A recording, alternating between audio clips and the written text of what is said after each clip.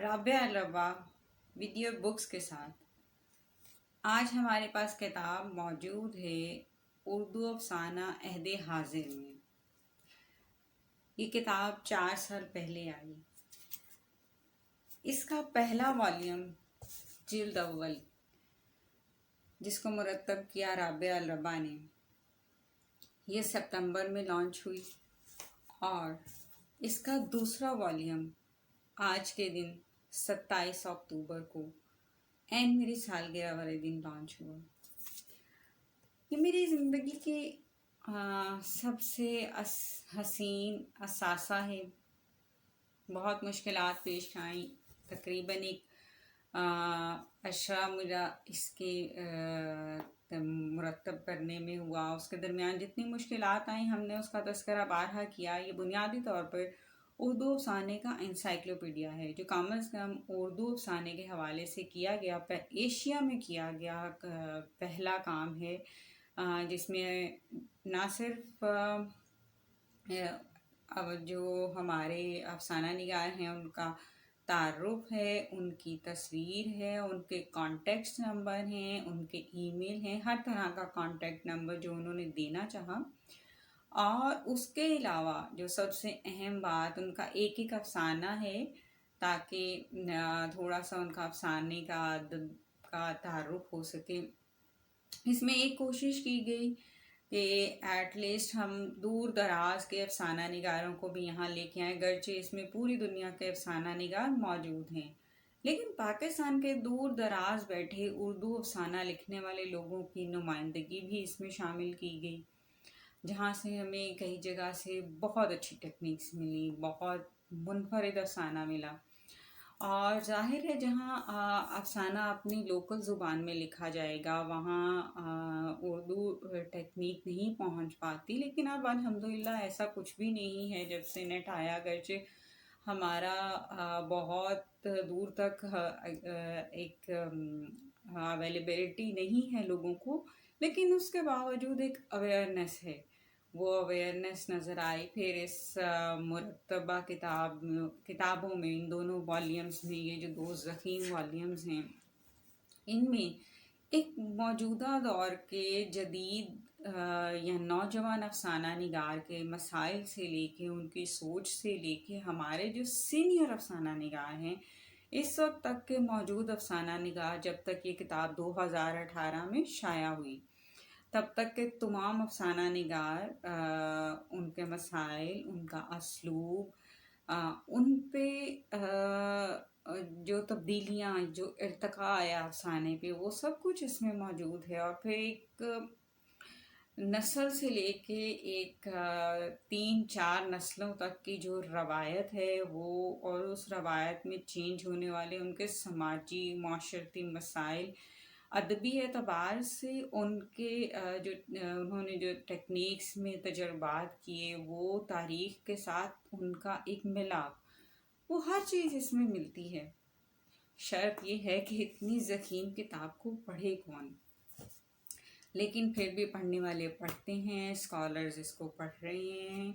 اور آج اس پروگرام کا ویڈیو بکس میں کرنے کا مقصد صرف یہ تھا کہ اس پروگرام میں آج اس کتاب کو، جو آپ کہیے کہ میری سب سے لاڈلی کتاب ہے، اس کی سالگرہ کو سیلیبریٹ کرنا ہے۔ اب اس میں اگر ہم بات کریں، اس کچھ پڑھ کے نہیں سناؤں گی میں آپ کو، بس اس دیباچہ میں جو کچھ لکھا ہے وہ پھر ہم کبھی اس پہ بات کریں گے۔ اس کا انتساب یوسف علیہ السلام کے نام کیا، جیسے کہ ایٹ لیسٹ میری سب کتابوں کا انتساب یوسف علیہ السلام کے نام ہے، میری ایک پسندیدہ ترین شخصیت ہیں۔ اس میں کوئی 250 کے قریب افسانہ نگار ہمارے موجودہ عہد کے پوری دنیا سے موجود ہیں۔ سعودی عرب جیسے علاقے میں جہاں اردو افسانہ لکھا جا رہا ہے، عرب ممالک میں اردو افسانہ لکھا جا رہا ہے، اس کا مطلب یہ جو یورپین ممالک ہیں وہاں تو اردو افسانہ لکھا ہی جا رہا ہے، وہاں ادب کا ایک رواج ہے، وہ ہر شخص اپنی اپنی زبان میں اپنی اپنی ادب کی خدمات انجام دے رہا ہے. بہت سارے لوگوں نے اس میں ہیلپ کی. 10 سال کا عرصہ کم نہیں ہوتا، جس میں او جے کمال صاحب ہیں. اور میں نے اس حوالے سے، گرچہ میں نے آپ سے کہا تھا کہ میں اس میں کچھ نہیں پڑھوں گی، لیکن بہت سارے لوگوں کی ہیلپ کے حوالے سے لکھنا. اور سب سے اہم ہیلپ جو تھی وہ حفیظ خان صاحب نے کی.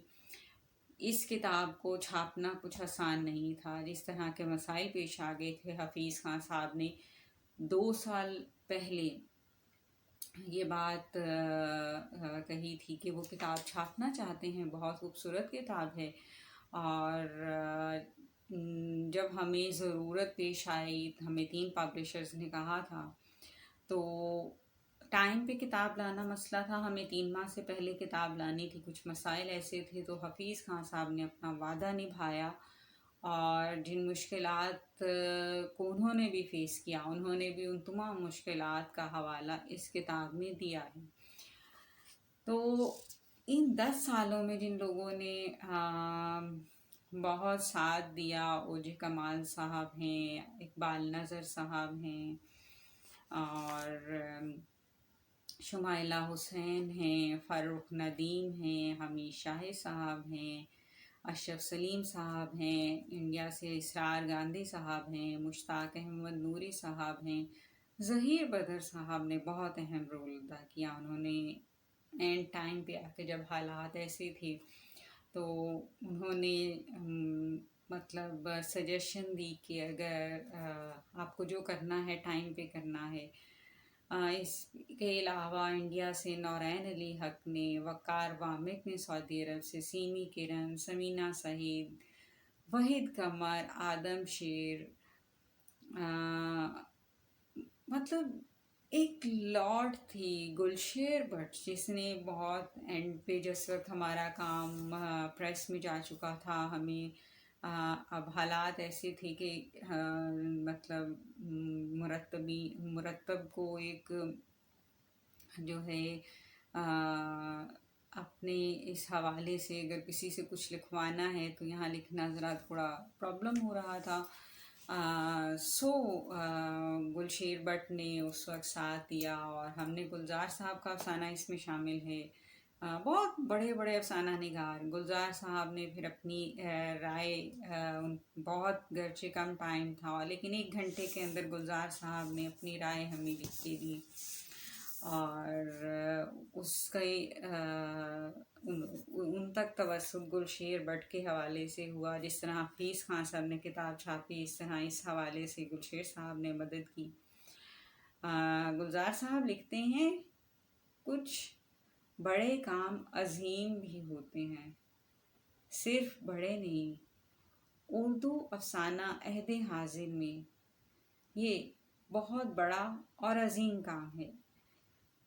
اس کے علاوہ جیلانی بانو صاحبہ نے لکھا، مشرف عالم ذوقی نے لکھا، سلمیٰ ایوان نے لکھا، فاروق سہیل گوئندی نے اس کے حوالے سے لکھا. یہ کتاب 2 جلدوں میں بہت سی مشکلات فیس کرتے ہوئے آج ہم اس کی 4تھی سالگرہ منا رہے ہیں. اور آج اس سالگرہ کے دن تک ایک ایسی خوشی جس کو بیان کرنے کے لیے شاید میرے پاس الفاظ بھی نہیں ہیں، سوائے اللہ کا شکر ادا کرنے کے میرے پاس کوئی لفظ نہیں ہے، کیونکہ حالات ایسے تھے اور میری 10 سال کی محنت تھی. یہ ود یور بکس کے ساتھ ہم اس ٹائٹل کے ساتھ اپنی کتابوں کا تعارف کرواتے ہیں. تو یہ میری کتابیں نہیں ہیں، یہ آپ کی کتابیں ہیں. آپ سب نے مجھے یہ کام دیا، میں نے اس کو اکٹھا کیا اتنے عرصے میں. تو یہ آپ سب کی کتابیں ہیں، اور ہم سب مل کے آج اس دن کو، اس کتاب کو سیلیبریٹ کر رہے ہیں. پھر کسی نئی کتاب کے ساتھ نئی طریقے سے شاید نئے رنگ میں ملیں. تب تک کے لیے شاد رہیے، آباد رہیے.